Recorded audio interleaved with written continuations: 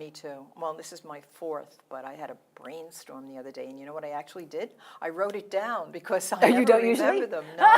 No, I always write them This down. was like the little piece I needed to really sit down and write an outline. So I'm really excited now Fantastic. because I wasn't even sure I would write this book. You know, I thought 3 is a magic number. Let's take a rest. But now I'm getting more and more enamored with the idea of Oh, writing. that's I good. like the story. I like what the story is going to be about, so I think I probably will write it, but probably you. won't start until maybe January. Okay. I'm trying very hard to market, and I'm sure I met you at the Book Expo. That's right. In New York City a couple of weeks ago, and we were at our publishing company who gave us a nice little reception where we got to meet the Simon & Schuster people. We both self-published, and this is a journey of its own, Yes, self-publishing. And with all the changes that are going on in the industry that you hear about from everybody, Well, I think the big changes are in the bookstores, where you could get your books. I mean, Amazon has really taken over. I am now in the process of trying to crack the code of how to really get sales on Amazon. I'm on Amazon. Everybody's on Amazon. The world is on Amazon. But there's got to be a way that you present yourself or find out what programs they have that will boost your sales. So I'm in the process of doing that now, as well as advertising in every way I can think about. I did speak to, I cannot remember her name, but the woman who was running the Archway booth, and she said, I got there early, and I said, I think it's all social media now, and she said, yeah, it's all social media. She said, I can't believe how quickly it changed to being social media to be the vehicle that you use to promote your book. right. Well, that's really, that was the thing that pushed me into doing the self-publishing route, because I went to a conference that was sponsored by Harvard Business School, and it came through my little alumni email blast, and I thought, all right, let's go and hear what they have to say.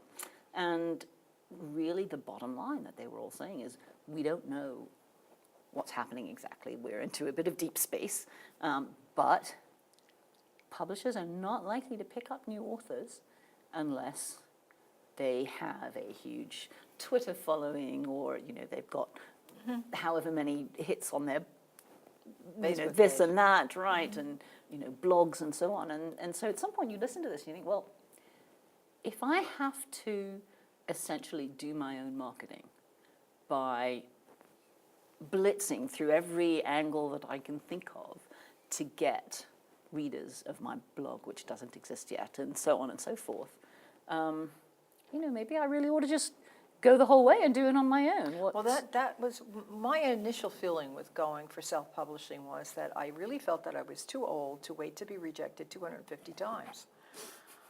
And it was negative. This was, to me, a big negative. I wrote this book. I took a course, and I wrote the book. Every time I write a book, I take a course. And I said, and the lady who was my mentor, she said, these are good. You can sell them, but it'll take you 7 years. So I put it aside, and then self-publishing began to come into its own, and I spoke to someone who, a friend of mine, a colleague who self-published, and I said, I'll do it, I'll self-publish.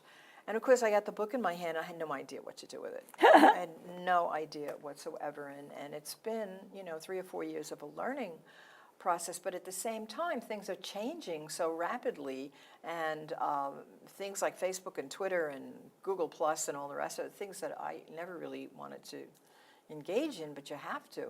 You have to be on social media to advance your book. And then the other thing was learning that because I was not Tom Clancy or Jodi Picoult or a famous writer, that the publishing company was going to spend very little time or money promoting me. I would have to do it myself anyway. Right. So now when you self-publish, you have total control over everything. Yeah. Whether it's a bust or a boon, it's your total control. And that was important to me.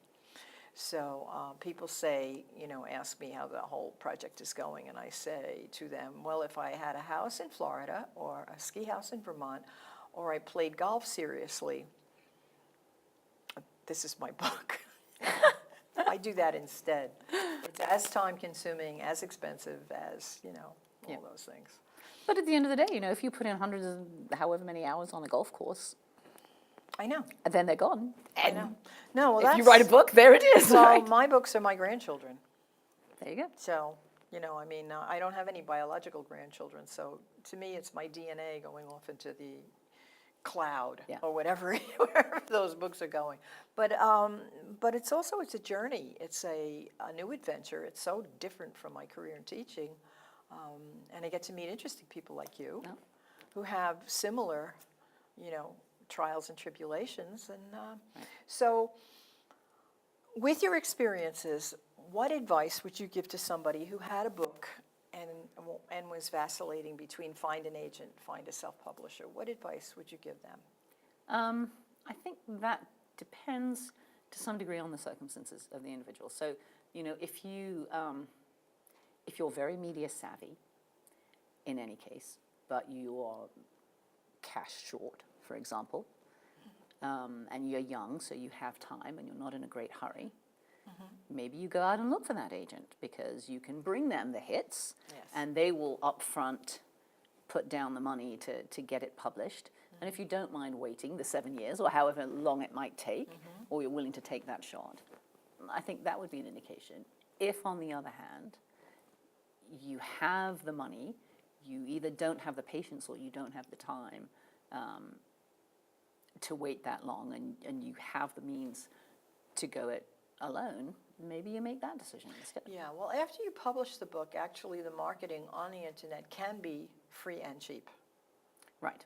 It can be. It can be a very small part of the expense that you put out for this kind of thing. So you can spend a lot of money. One more piece of advice for writers.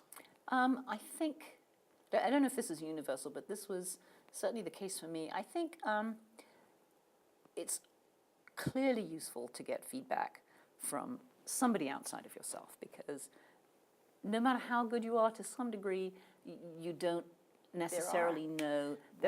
Wattpad. Wattpad is a website where you can upload stuff that you've written, and there's a people whole will comment. community, and they'll comment. But so Free. I think my my number one piece of advice is, you're always going to want to do that and get the feedback, but there comes a point where more feedback is actually counterproductive.